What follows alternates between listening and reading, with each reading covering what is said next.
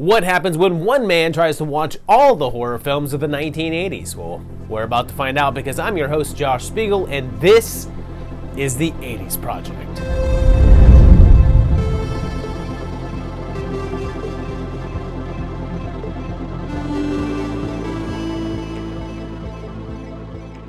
So here we are, we made it. This episode wraps up the year 1980 on the project as we detail out the final block of films from that year. It's been an interesting trip as we've seen some solid gold and more than a little pyrite. This final set here has a few gems but also some clunkers as we say goodbye to 1980. We'll begin with Deadline, which has an unknown release date, but played theaters sometime in 1980.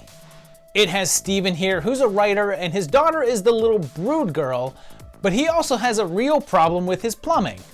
And he's a writer who's known for horror books that are made into films.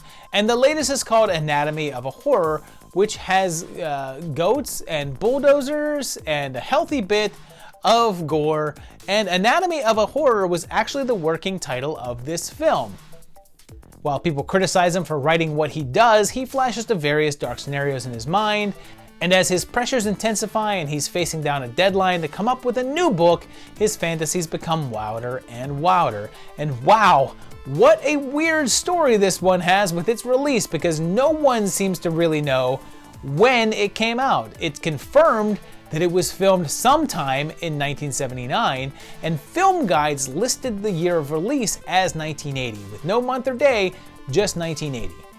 When Vinegar Syndrome reissued it, they put the year as 1980, but the first confirmed actual release in the US wasn't until its VHS pressing in 1984. There is one instance, a Canadian publication, that actually gives a date of 1979, although that seems unlikely considering parts of the shoot took place in the later part of that year.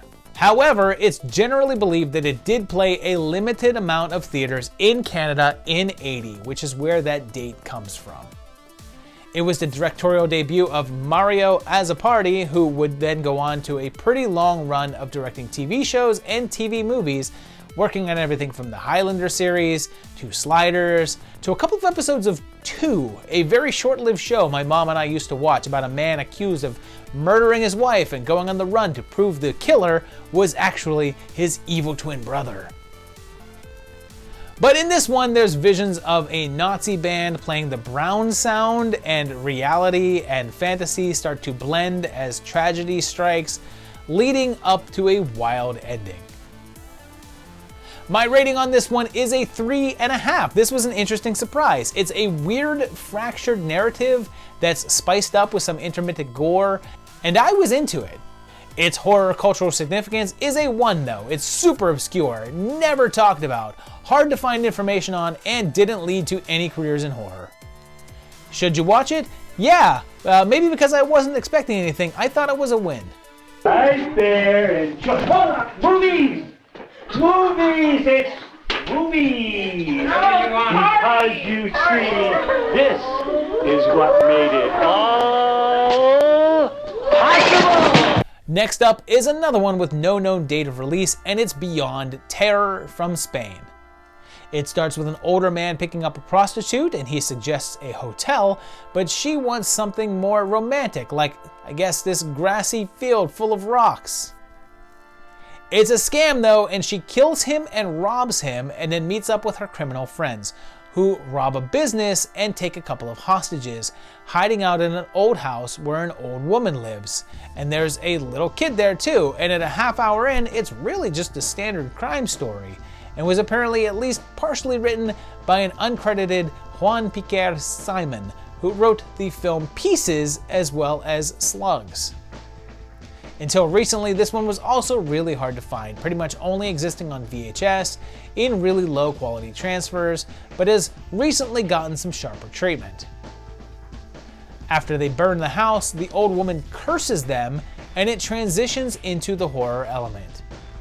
Their car is affected first, forcing them to hang out in what looks like the ruins from the Blind Dead, leading to some pretty explicit sex scenes, including a guy pleasuring himself into a bonfire, which is a sentence I'm pretty sure I never expected to write down, let alone say aloud. And the middle portion of this one really takes a slow turn, with footage of them just walking around with very ill-fitting music.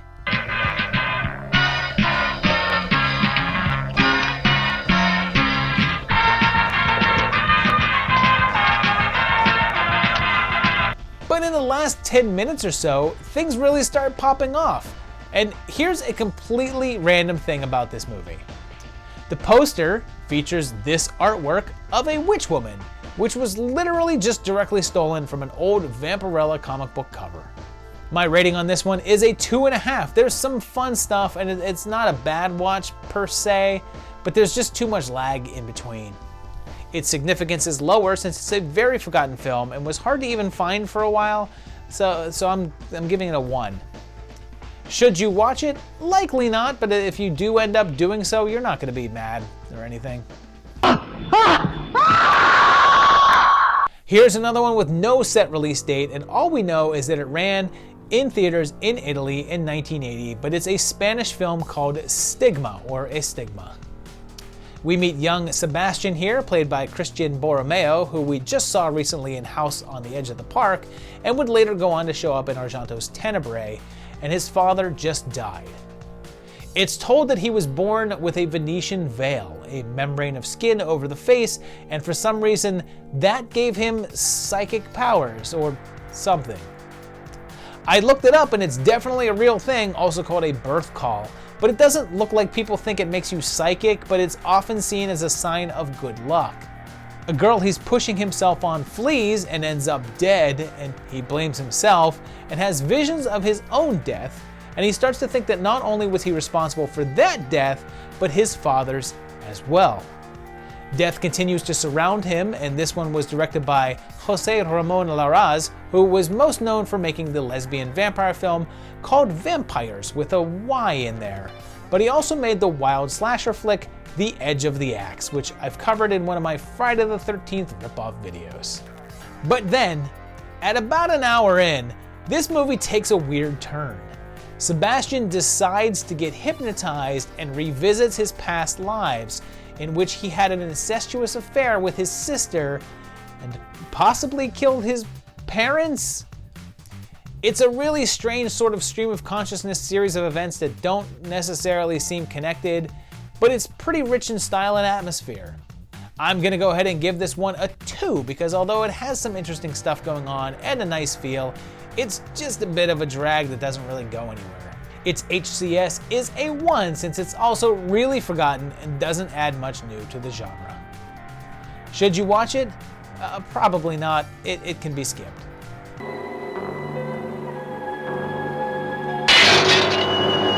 Yet another entry with an unknown release date is this little number called Thelma? I don't know, but I do know this. It starts with a young boy falling from a tree and being taunted by a little brat kid, but then just immediately jumps into its title sequence with some spicy hot disco jam.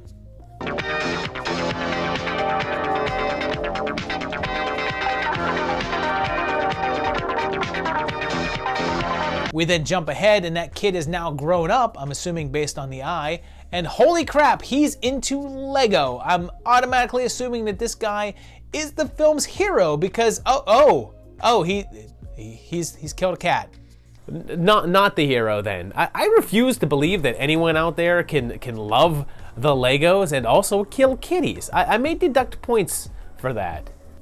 We've then got a couple that don't get along, and they bought this remote cabin and invite all their friends up for the weekend, including this gentleman who starts stripping for the pool the second he leaves the car.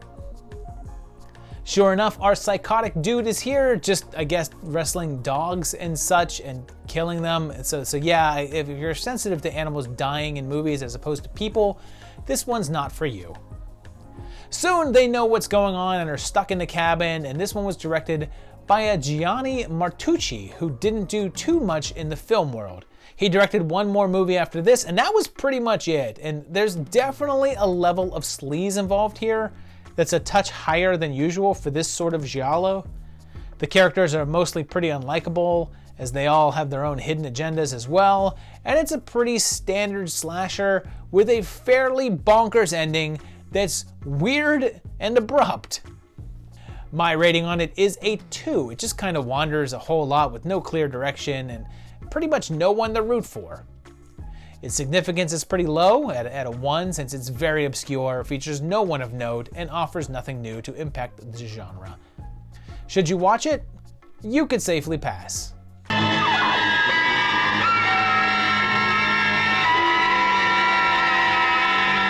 Our final entry of the year without a set date is The Killings at Outpost Zeta, a little sci-fi horror film that's set in the future as we are traveling to other worlds. There's this remote planet called Zeta that we have an outpost on, and all our communications are lost with them. They've already sent several teams out to find out what happened there, and they've all been lost. But they're sending another. So to be clear, they've lost the original colony and 2 different groups of rescue squads. And the last one sent a message saying to stay away. And right now you're saying, remote world with a distress signal and a group sent to investigate it. That sounds a bit familiar. And yeah, this is definitely an Alien ripoff. But the funny thing is that considering it's a colony on that world that they've lost touch with, you could say that Aliens actually ripped this one off, I suppose. And this was from the team of Alan Sandler and Robert Emenegger, and they made a whole bunch of movies over the course of about 2 years, some of them documentaries, and were mainly made as filler content for late night television. They get to the planet and sport these awesome spacesuits, and they find the bodies of the other missions, but they're dissolved and have these egg things in them. So, of course, you're on an alien planet with something that's killed a whole bunch of people in a horrible way. What do? Go wandering on your own in the dark with a flashlight, of course. And yeah, everyone just splits up and gets picked off, but mostly everyone just kind of walks around and then walks around some more. And when we finally get a look at the creatures, well, they basically just look like big poops. But like 90% of the time, we just get this fisheye POV shot instead. My rating on this one is a 1.5. It's just so dull. There's just nothing to it except people sitting in a room or walking around. It's the very definition of a snoozer. Its cultural significance is low as well at a 1. It's almost totally forgotten and really doesn't add anything to the genre at all. Should you watch it? Only if you're having trouble sleeping.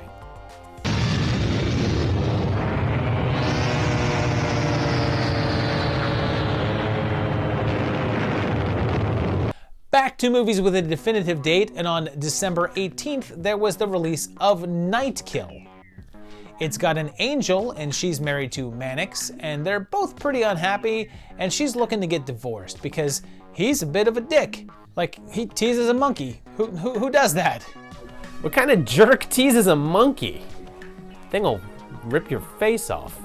Turns out that Catherine is having an affair with Super Saver Charlton Heston.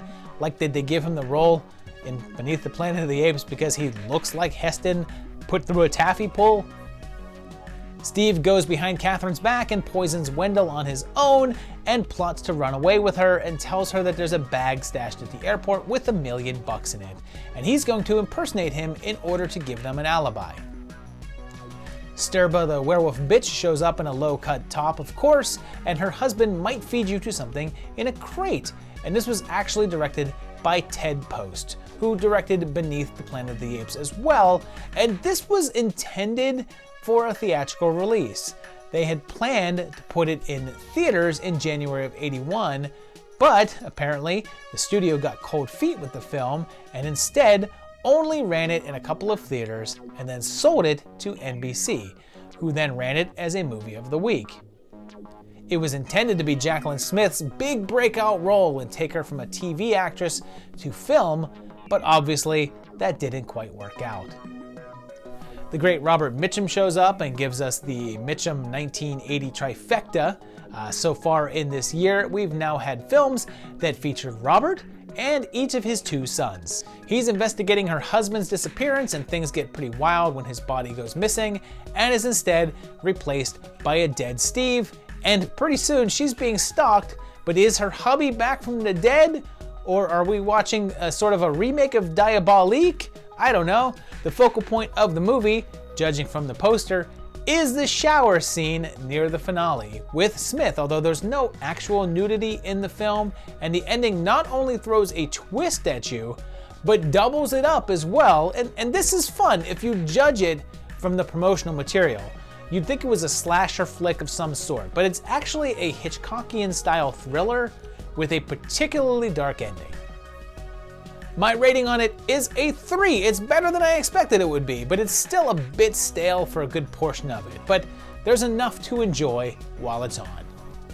Its HCS is a 2 since it's a lesser-known TV movie, but still has some pull since Post was a fairly known director, and getting Mitchum back into the horror swing deserves some cred. Should you watch it? I'd say yeah. I'm not sure I'd call it fun, but it was an okay little thriller.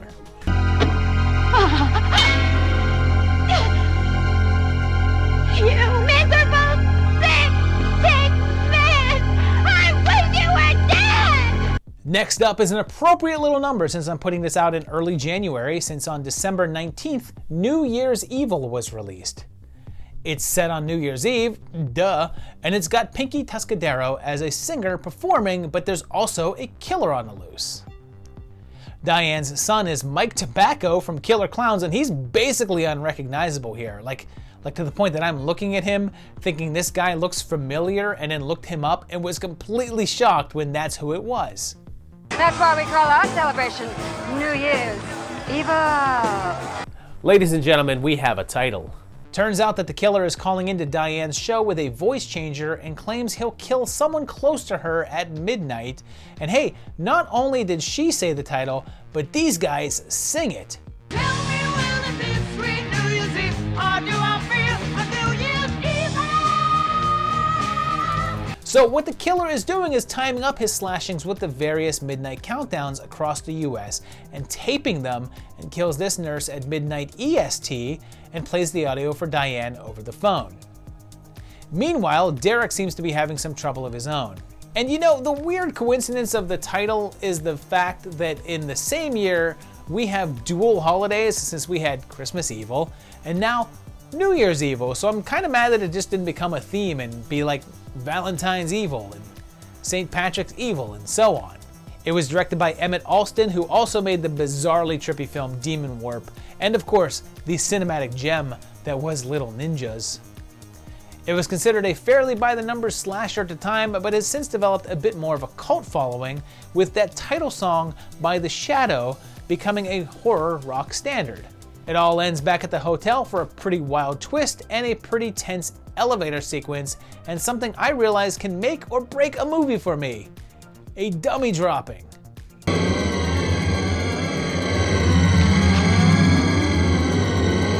My rating on it is a 3.5. I enjoy it. I know it's nothing too unique, but it's got this weird sleazy sensibility that I dig.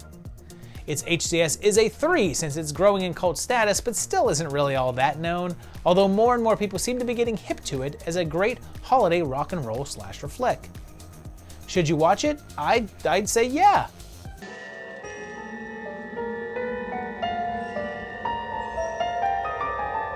Now what do you think? On December 24th in Hong Kong, we have a really wild entry with encounters of the spooky kind, which starts with a man being attacked by 2 ghosts, and one of them is this creepy thing, but it's just a dream that Samo Law was having. Bold here is known as the most courageous man in town, and proves it by facing down a ghost that turns out to be a trick. Except then, a real ghost shows up, but he stops it. It turns out that Bold's wife is sleeping with his boss, and he almost finds out, so Tam hires a man to call a witch up to take care of him. Meanwhile, Bold is dared to spend the night in an old temple where he encounters a Jiangshi, a hopping vampire, and that's this film's legacy. This is not the first film to feature Jiangshi, but it became the most prominent and kicked off an entire subgenre, as a series of films featuring hopping vampires would soon come out in China, including the Mr. Vampire series. This was one of the earliest examples of Hong Kong horror comedies, and again would be seen as helping to start an entire classification of film. And Sammo, he was already established at this point, even appearing in Enter the Dragon and Game of Death, and had already become known as a sort of martial arts comedy guy, but this was his first melding of that style with the horror world. If you don't like this sort of thing, be wary that it contains an actual on-screen killing of a chicken in it, but the film is basically a series of wacky set pieces with Bold being framed for murder, encountering a zombie that mimics his every move, and lots of great fight scenes. And if you're a fan of this whole era of kung fu films, and like, how can you not be?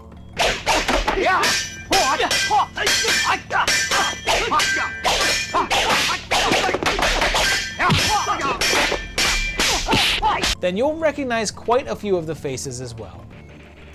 Everything culminates in a big magic battle, and it was a solid hit at the time, performing strongly at the box office. My rating on it is a 3.5 because I love this stuff. I grew up on Kung Fu theater as a kid, was obsessed with the Sammo and Jackie Chan films for a while, and this is like a perfect mixture of stuff that I enjoy. Monsters, comedy, and intricately complex fight scenes. Its HCS is a 3. I'm gonna split the difference here because although it's not really well known here in the States, it was hugely influential overseas. Should you watch it? Yes, it is good, silly fun.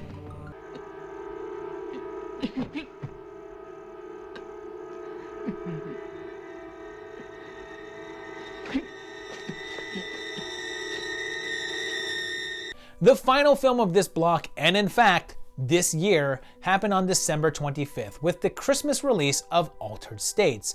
And what a film to end the year on! It's got Thunderbolt Ross as Dr. Jessup, who is very interested in sensory deprivation, and he's a psychopathologist, and soon meets up with Molly Dodd, and they hit it off right away. Jessup has some issues with his father's death, which means, oh, this? Well, yeah, this was directed by Ken Russell, which means that there's going to be some really psychedelic imagery coming on our way, and oh yeah, there is. Edward and Emily decide to get married, and if you're a Ministry fan, then hey, this is where this is from. I feel like my heart is being touched by Christ.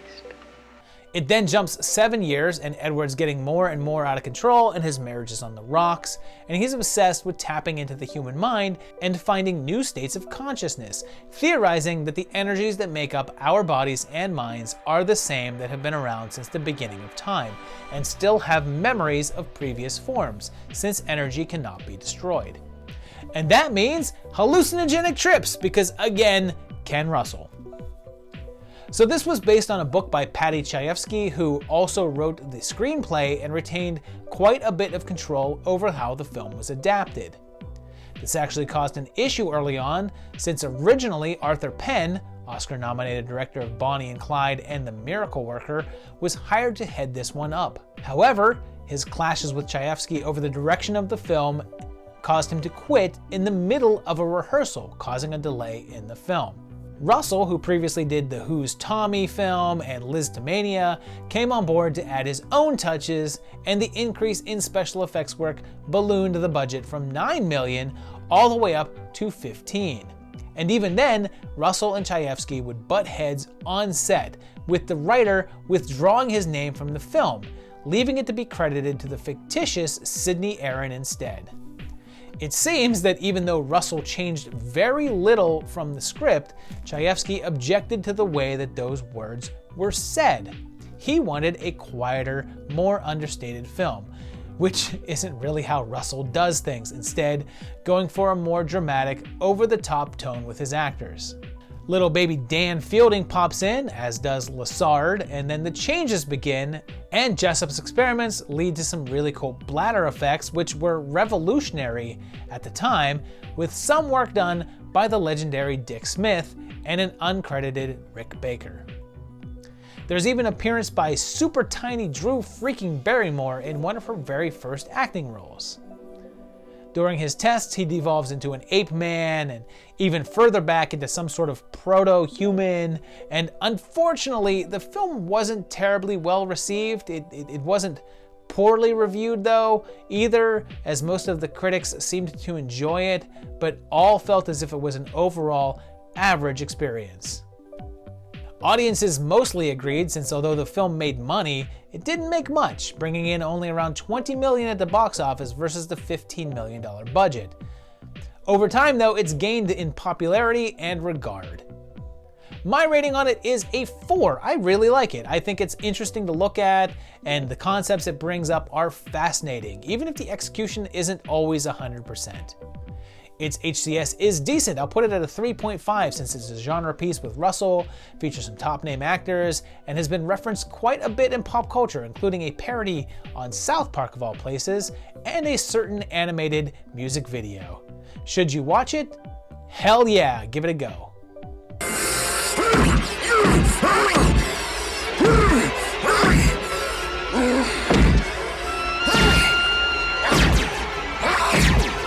So there you have it. There's 1980, the whole year in horror. Let's take a peek at the full list of movies from my top rated down to the bottom.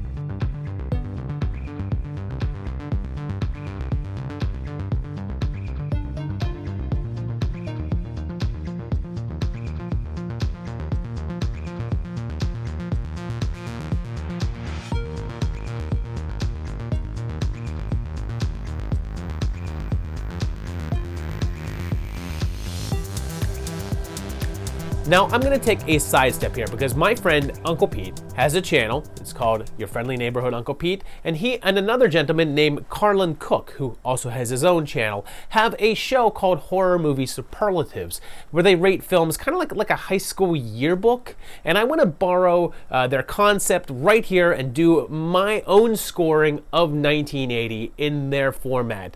So please go check out both of their channels, check out that series. But here's how I would rate 1980. For best gore, it's pretty easy. It's the City of the Living Dead. I mean, a girl vomits up her entire intestinal tract. What more do you want? For the most so bad it's good movie, I'm going with, I think, Long Island Cannibal Massacre. It's just the right amount of goofy and terrible to be really fun. For most WTF film, it's probably Motel Hell with people gardens and hypno wheels and gurgling revenge zombies. It's pretty out there, no matter what Leonard Maltin says. In terms of most unique, that's gonna be Altered States. Not really sure of any other movie like it, to be honest. For most overrated, I know I'm gonna catch heat for this, but Friday the 13th. The original film just isn't the classic that it's cracked up to be. It's pretty good stuff, and I even gave it a good rating. And I'm not saying it's a bad movie. It's actually a pretty damn good movie, but it's not as fantastic and groundbreaking as you would think it was from its reputation. For most underrated, I'm going with Alligator. This is such a fun movie, and I think it always gets pigeonholed with being a Jaws ripoff, but the story's great. The characters are great. The performances are great. It's great. I don't know why more people don't know that. Finally, for the most amazing film, I'm gonna give it to The Shining. It's the only one that I gave 5 stars to, and I think it's a masterpiece. I have a feeling that some of you will probably put this in the most overrated section, but not me. I love it. So there you have it, 1980. Let me know what you guys loved about this year, what your favorite movie of the year was, what you thought about that, and let me know what you want to see more from going into this series. I appreciate you guys keeping on watching it. I appreciate my patrons for helping to support this project that we're doing. You can as well by going to patreon.com/movietimelines. Certainly would appreciate that, and I'll see you very shortly for another episode in 1981 of the 80s Project.